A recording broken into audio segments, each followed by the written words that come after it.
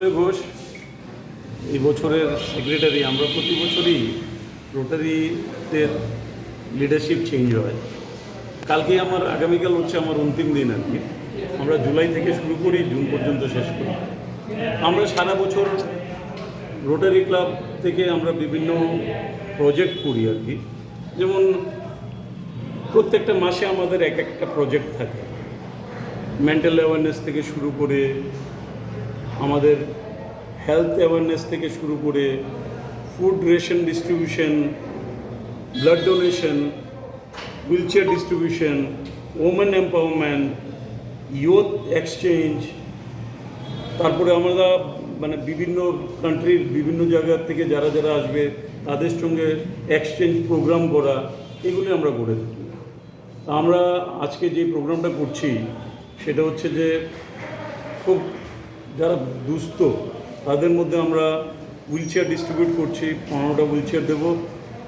আর women এম্পাওয়ারমেন্টের জন্য আমরা আগেও করেছি, আগেও দিয়েছি। এরকম আমাদের 4খানা রয়েছে সেন্টার, যেখানে আমরা সুইং মেশিন দিয়ে, সেলাই মেশিন দিয়ে আমাদের মায়েদের আমরা বা বোনেদের ডেভেলপ করার চেষ্টা করছি।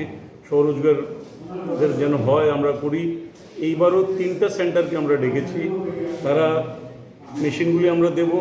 আগামী দিনে তারা যদি ভালো কাজ করতে পারে আমরা আরও মেশিন বাড়িয়ে দিই। এর জন্য কিন্তু আমরা কারোর থেকে কোনো কিছুই নেই না, সব রোটারি ক্লাবের আমরা মেম্বাররা যারা আছি আমরাই খরচা করি। এটা হচ্ছে আমাদের সোসাইটির প্রতি একটা রেসপন্সিবিলিটি।